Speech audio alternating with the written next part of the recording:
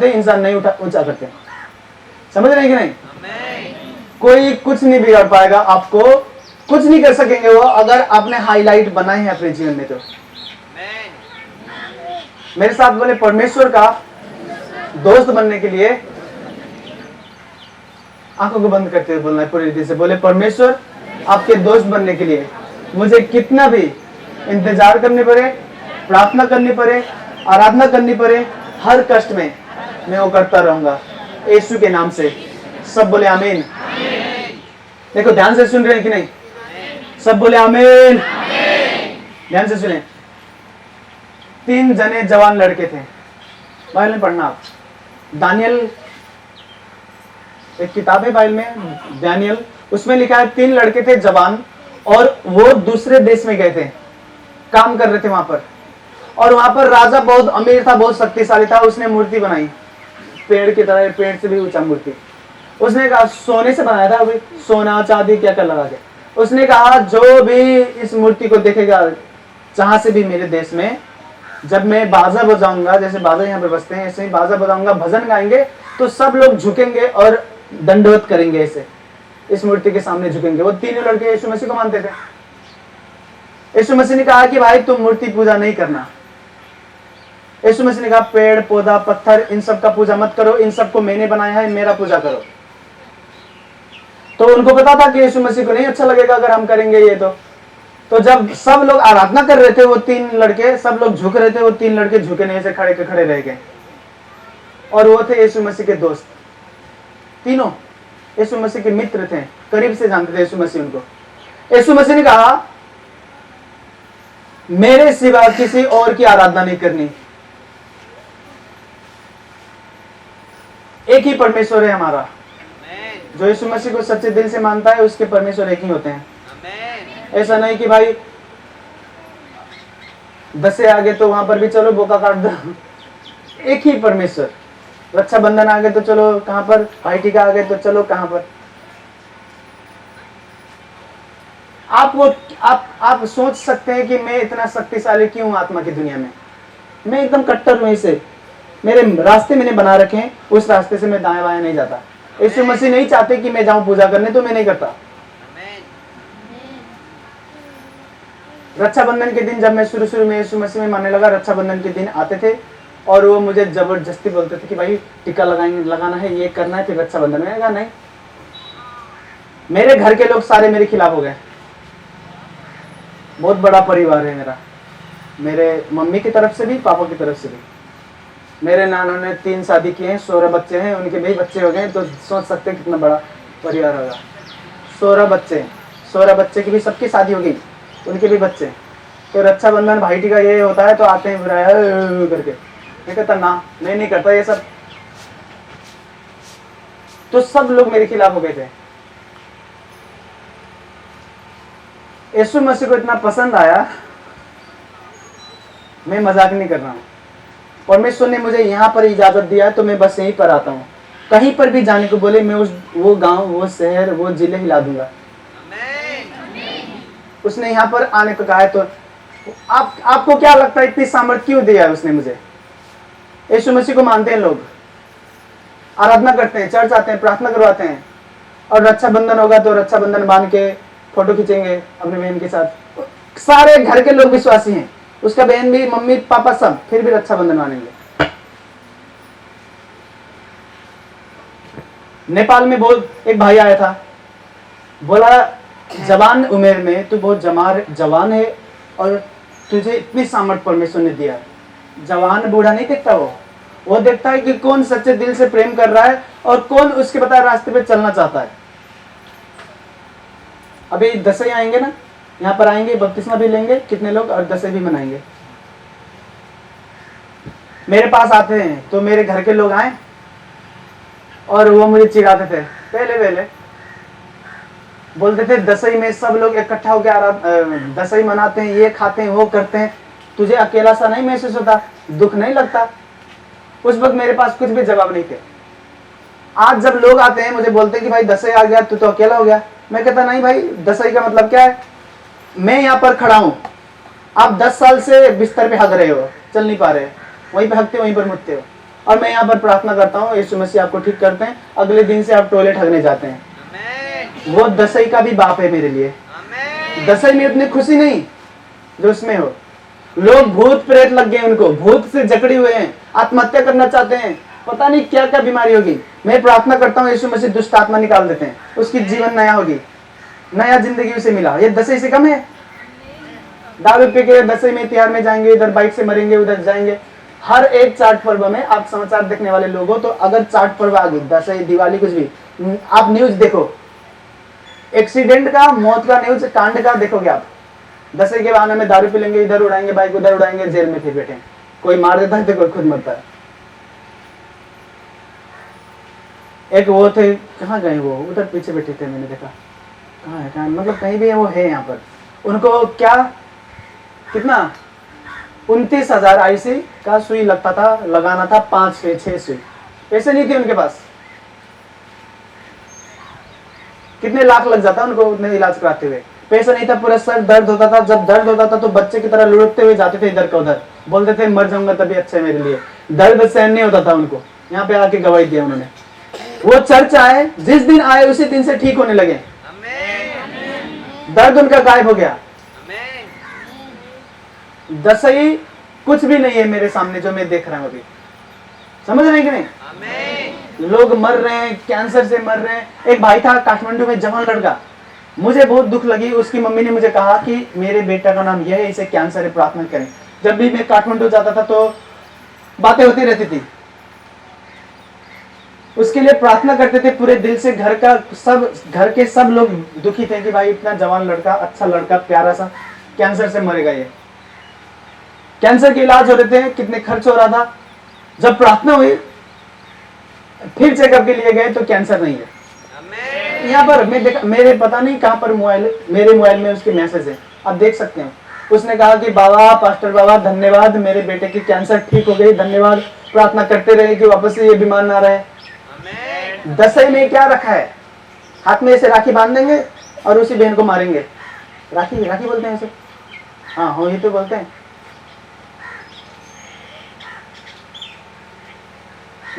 मेरे बहनें जो पढ़ते हैं या कुछ भी करते हैं, जब पैसा नहीं होता तो मैं देता हूँ उन्हें पैसा। मेरे घर आते हैं और ले जाते हैं पैसा, बिना रक्षाबंधन बांधे। मैं कहता हूँ ना, ये आप नहीं समझ रहे हो, ये सब चीज आपको सामर्थ पाने से रोकते हैं। छोटे छोटे चीज पूरे दिल से मानो, एक ही परमेश्वर आपका होना चाहिए, एक ही, दो दो और तीन तीन और मत करो, एक ही परमेश्वर। जब तक आप तैयार ना हो तब तक बपतिस्मा ना लो। बपतिस्मा का मतलब क्या है? मेरा परमेश्वर एक ही है, मर जाऊं मिट जाऊं कुछ भी हो जाए, मैं यीशु मसीह को मानूंगा और इन्हीं को मानूंगा। समझ रहे हैं कि नहीं? हालेलुया। जो सामर्थ्य मेरे पास परमेश्वर ने मुझे दे रखा है, मैं जानता हूं कितने लोग ये नहीं कर सकते, लेकिन मैं बहुत ज्यादा लोगों को ऐसे बनाऊंगा जो दुनिया ही लाएंगे मेरे साथ। उनको चेला बनाऊंगा, जहां पर मैं जाऊंगा वहां पर जाऊंगा, जहां पर मैं नहीं जा सकता वहां पर मेरे चेले जाएंगे। आप ख्याल करोगे ना, मेरे पास लोग आते हैं, बोलते हैं आपके लोग बदलते रहते हैं। क्यों बदलते हैं? आपके भाई बदल गए, बहनें बदल गए, किसी को कभी इसको काम देते हैं तो कभी इसको निकाल देते तो कभी इसको काम। मेरे साथ काम करना मतलब आसान चीज नहीं है। मेरे साथ आप काम कर रहे हो मतलब मैं जैसा हूं ऐसा बनाना चाहता हूं आपको। इसीलिए कोई भी नहीं टिक सकता अगर मन नहीं तैयार करे तो। मैंने एक बार दुष्ट आत्मा को देखा, मैंने बहुत बार दुष्ट आत्मा को देखा, लेकिन जो मैंने दुष्ट आत्मा को देखा ना, रात का समय था, प्रार्थना में था, मैं प्रार्थना करते करते सो गया। प्रार्थना करके सोते ही मैंने दर्शन देखा, दर्शन भी रात थी, दर्शन में भी प्रार्थना करते करते सो गया, दर्शन देखा। दर्शन में जो देख रहा था वो सपना, दर्शन वो रात थी। रात में मैं चल रहा था रास्ते पे अकेले, शेर की तरह। आपको पता है जब आपके अंदर सामर्थ्य है तो आप शेर की तरह चलोगे, है कि नहीं? मैं यहाँ पर ये कहते नहीं आया हूँ कि ठीक हो सकता है, चलो ठीक भी नहीं, ठीक होंगे आज लोग। तो मैं शेर की तरह चल रहा था, तो जादू टोना वाला आत्मा आया, जादू टोना वाला दुष्ट आत्मा। मैं इधर से चल रहा हूँ तो वो उधर से आ रहा था। मैंने उसे देखा, मैंने देखते ही दर्शन में जान लिया ये जादू टोना की आत्मा है। ठीक है, तो मैं आराम से अपने धुन में ऐसे चल रहा था ऐसे। तो जब हम ऐसे मिले, जैसे ये है वो दुष्ट आत्मा, मैं ऐसे मिला तो ये कंधे से मुझे ऐसे मारता था ऐसे। तो मैं जा रहा हूं इधर, तो वापस से चलते हुए मैं मुड़ता था ऐसे, तो वो भी मुड़ता था, फिर इधर से आके फिर इधर से मारता था ऐसे, धक्का देता था मुझे ऐसे। और उसके चेहरे में ऐसे गुस्सा था, और उसके किसी के आप काम बिगाड़ दो ना तो कैसा करेगा वो, उसका चेहरा कैसा बनेगा कि इसके कारण से मेरे काम बिगड़ रहे हैं, ऐसे देख रहा था। तीसरी बार जब आया तो फिर ऐसे मुझे पता था कि वो फिर मारेगा मुझे, ऐसे करके धक्का देगा। मैं कहा अब आएगा तो मैं धक्का दूंगा इसे उल्टा। वो आ रहा था, मैंने ऐसे धक्का दिया उसे, वो गिरा। जब उठा ना तो उसके पूरे रूप और रंग बदल गए, असली रूप में आया उसका, पीछे से पंख निकले काले काले।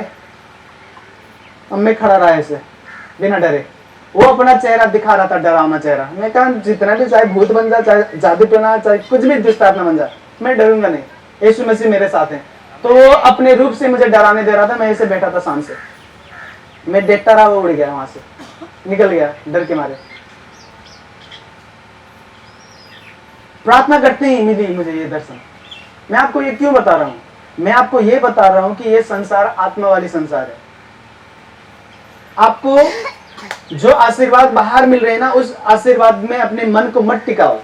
एक टाइम आएगा, 1-2 महीने के लिए परमेश्वर बोलेगा ना अब बंद करूंगा मैं चमत्कार, 1-2 महीने के बाद ही करूंगा। उस वक्त आपको अंदर वाली दुनिया टिकाएंगे। सुन रहे हैं कि नहीं? मैं चाहता हूं दुष्ट आत्माएं आपसे डरें।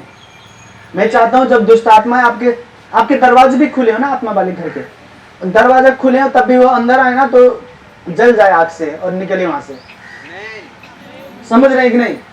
इसके लिए आपने नियम बनानी है कि चमत्कार होगा चाहे नहीं होगा, बरकत मिलेगा चाहे नहीं मिलेगा, अपने टाइम से मिले चाहे देर से मिले, मैं प्रार्थना करता रहूंगा, आराधना करता रहूंगा, और उस दुनिया में प्रवेश करें, आत्मा वाली दुनिया में। समझ रहे हैं कि नहीं? देखो आप कैसे लड़ोगे दुष्ट आत्मा से। आज मैं यहाँ पर आया हूँ और मेरे मन में मैं आनंदित हूँ कि मैं लड़ूंगा, मैं जीत जाऊंगा 100%। आपके लिए प्रार्थना होगी। यहाँ पर जो चमत्कार होता है ना, ये बस चमत्कार नहीं होता। मैं यहाँ पर दुष्ट आत्मा निकालता हूँ ना, तो दुष्ट आत्मा गुस्से होते हैं मुझसे, नफरत करते हैं, जलते हैं मुझसे, लेकिन वो मेरी कुछ नहीं बिगाड़ सकते क्योंकि मैं उस दुनिया में रहता हूँ। वो जानते हैं कि अगर वो आएंगे तो वो मार पड़ेगी उनको।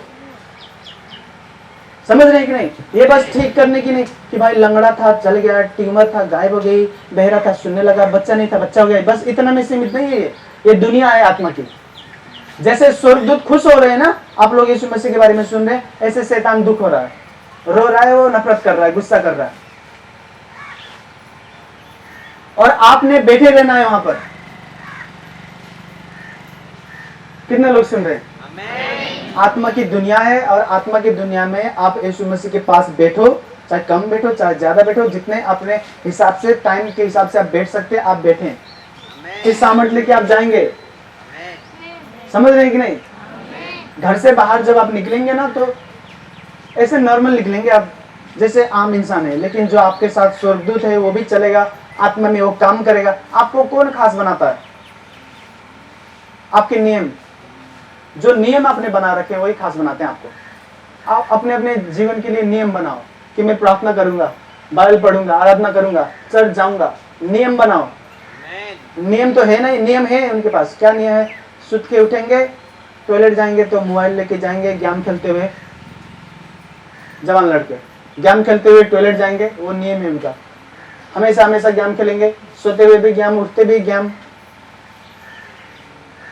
नियम बनाए कि मैं बाइबल पढ़ूंगा, मैं प्रार्थना करूंगा, मैं आराधना करूंगा, यीशु मसीह के करीब जाऊंगा, चर्च जाऊंगा, अपनी कमाई से कुछ हिस्सा यीशु मसीह के काम के लिए दूंगा। नियम बनाए अपने जीवन में।